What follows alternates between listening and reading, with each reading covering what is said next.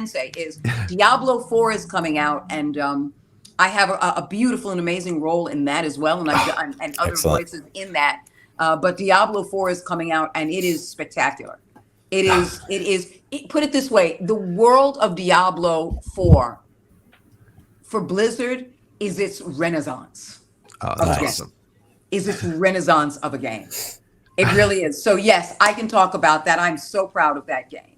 I am I can't- so proud of that game because, you know, Prava, who is this spiritual being, also in this shaved head Black woman, but she is not Middle Eastern. She's Eastern European. She has an Eastern European accent, and the game devs couldn't explain why. So when I was recording before I was started, I said, you've given me all this stuff about Prava, but you didn't tell me why this woman, obviously who is Nubian in this world, how she got an Eastern European, a Slavic accent.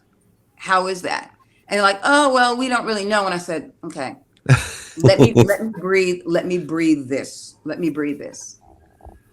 And I allowed Prava to tell me how. For a good 20 minutes, 25 minutes, from child up. And Prava told me her story out loud. Huh. And they went, was anybody recording that? Roll tape. And they did.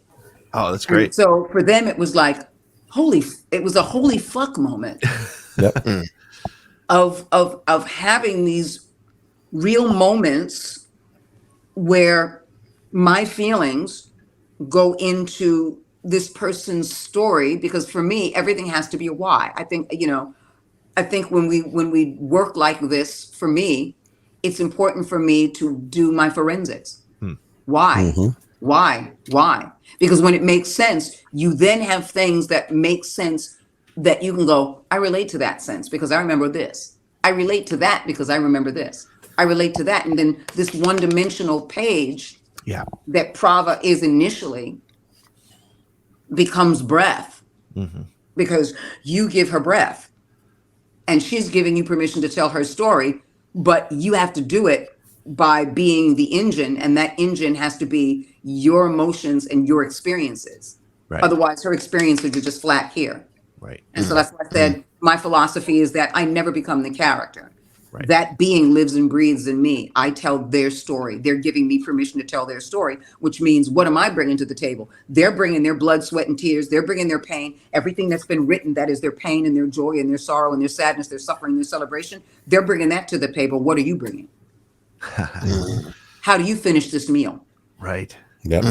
For me, nothing is. I'm always asking why, and I always want to make sure that everything that happens is not a performance. It's a real emotional space, because at the end of the day, like I said, I don't want you to hear my voice.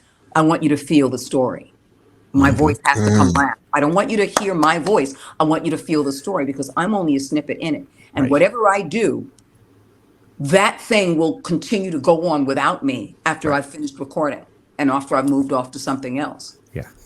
And so did I leave the mark that says, when I was thinking about this, when I wrote this, when I did this, when I got the game developers, when I was told no 1,000 times and then told yes, and then I was able to do this, and I see it, and everyone else who's working on this and collaborating on this, when they get the vision and they're building this, when we get a chance to hear it, are we hearing our story? Yeah. Are we hearing our hard work? Are we hearing everything, our hopes and our dreams that we want from this? Are we hearing this person is coming to life? This is who we expected. Right. This is what we had in our minds long before we knew that she existed. And so my desire is to tell your story. My desire is not for you to hear my voice, but to tell your story. Because in the interim, if I'm telling your story, then undoubtedly you'll hear my voice.